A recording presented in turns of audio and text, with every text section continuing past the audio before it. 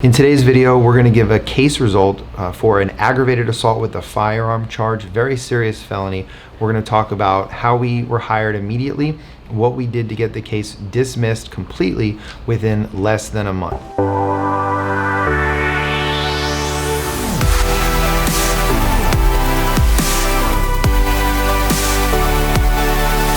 I'm Adam Rossen, owner and founder of the Rossen law firm. We help good people when bad things happen to them. We handle all types of criminal and DUI defense cases. We have over 400 5-star reviews, and we help good people when bad things happen to them. So let's jump in and talk about this specific case. So in this case, we get a call. It's about 7 o'clock at night on a Friday, right? Start of the weekend. And we get a call from a woman who says, her boyfriend was just arrested for a very serious felony of aggravated assault with a firearm, and she says, he didn't do it and we need help right away. So what do? We spring into action. We have them come into the office. We have our face-to-face meeting. We break down the strategy and analyze everything. We get hired right then and there that night. And the client has to appear at first appearance court on Saturday morning. So we go to that, right? We put on the suit and tie on a weekend. We go down to the courthouse. We're there at 8:30 in the morning, and we're arguing for our client's release on as low of a bond as possible, with no other restrictions, no ankle monitor, no GPS, no calling in for pretrial release. And we get all of that done. So client gets out. We have our bail bondsmen, ready. They communicate with the client's girlfriend. The money's posted, and they're in and out of jail as fast as we can. So for this case, it was probably 12 to 18 hours, which may seem like a long time, but in South Florida, especially Broward County, it could easily be 24 to 36 or even 48 hours if you don't have things lined up and set up the right way. So we get this done, get him out of jail. The first issue is solved. We have him come in on Monday, okay? And we obviously got to talk to him, find out his side of the story, find out really what happened, because we have the basic police reports. And in a lot of cases, when we read the police report, it's a little sensationalized. It really paints a picture that when you uncover layer by layer, you realize that it's really not what accurately or actually happened. And as we're talking with them, we find out a bunch of things. So what do we find out? We find out that the alleged victim is his stepfather, and they don't get along. Our client does pretty well for himself. He works, he has a good job, he works a lot, and he had his mom and stepfather living at his house, basically supporting them. They were getting a little older, and even though he didn't really like his stepfather, she's married to his mother, and because of that relationship, he had them both in his house. So he's paying the mortgage for them. They're living basically rent-free. He's providing for them, putting food on the table. And what happens? So his stepfather is involved in some kind of shady shit, basically, okay?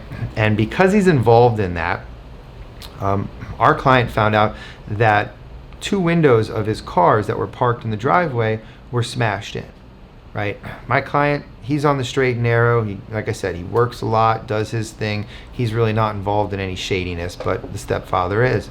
So what does he do? He gets upset. He starts arguing with the stepfather.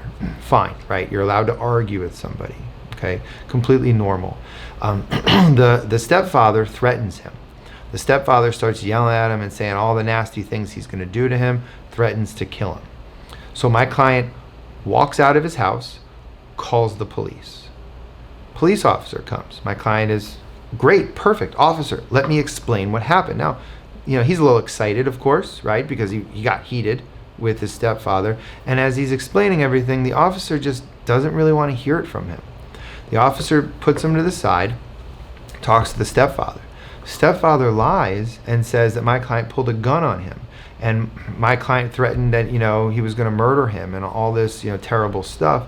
And the police officer, for still unknown reasons to us, believed the stepfather. There were 2 independent witnesses there, not related to either party, and this officer deliberately chose not to question those 2 witnesses. Why? Right? We've all watched Law and Order. We've all, can imagine what police are supposed to do, it's really not that hard, right? You don't need special skills to be able to figure out who's at fault in this. I really don't think you do. Some of this stuff's pretty easy.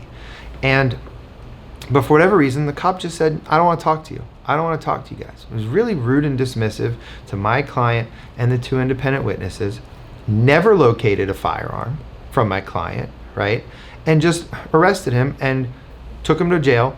My client never been arrested before in his life, and this was a life-changing moment for him. There's a mugshot. There's a public record, right? We had to be hired and paid. We had to go and bond him, pay or get him a low bond. They had to post bond with the bondsman, pay him money. All of these things, right? Mugshot on the internet.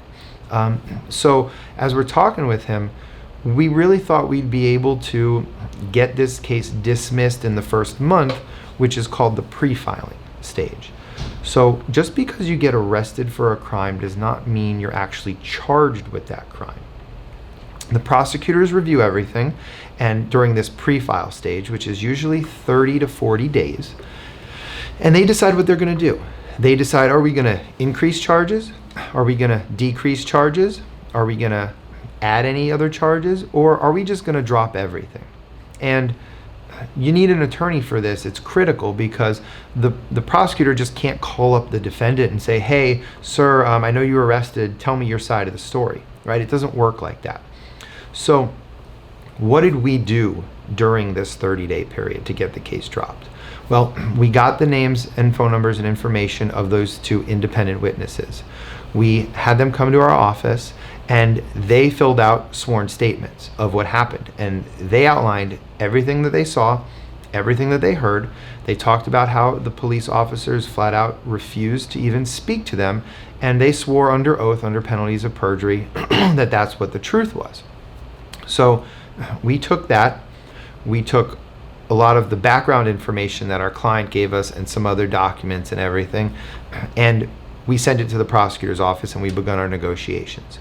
And over the course of maybe about 3 weeks or so, we told them, we said, hey, your officer screwed up, okay? It was a complete injustice that our client was arrested, and if you do move forward, we're gonna wipe the floor with you guys in court, okay? It's gonna be a complete waste of time, waste of money, waste of taxpayer money, and that's not justice. And we really put intense pressure on them because the prosecutors, and lawyers, all lawyers are bound by ethical duties.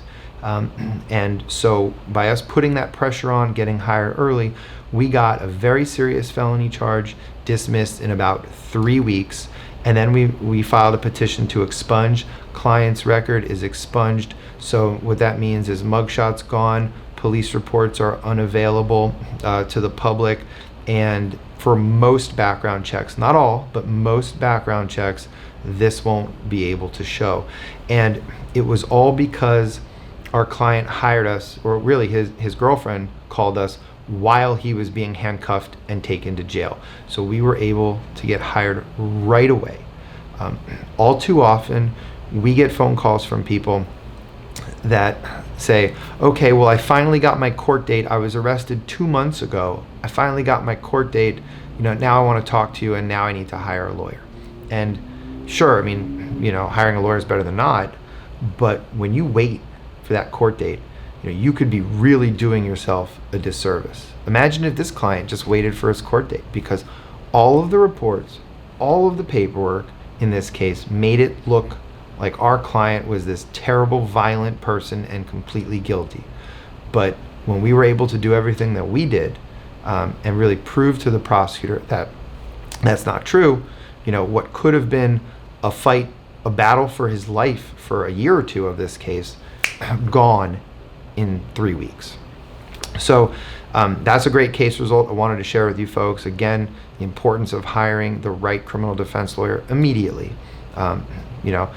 If you have any questions about this, about any kind of case at all, feel free, give us a call. All our strategy sessions are free. We love to get in and really develop the strategy and help good people when bad things happen to them.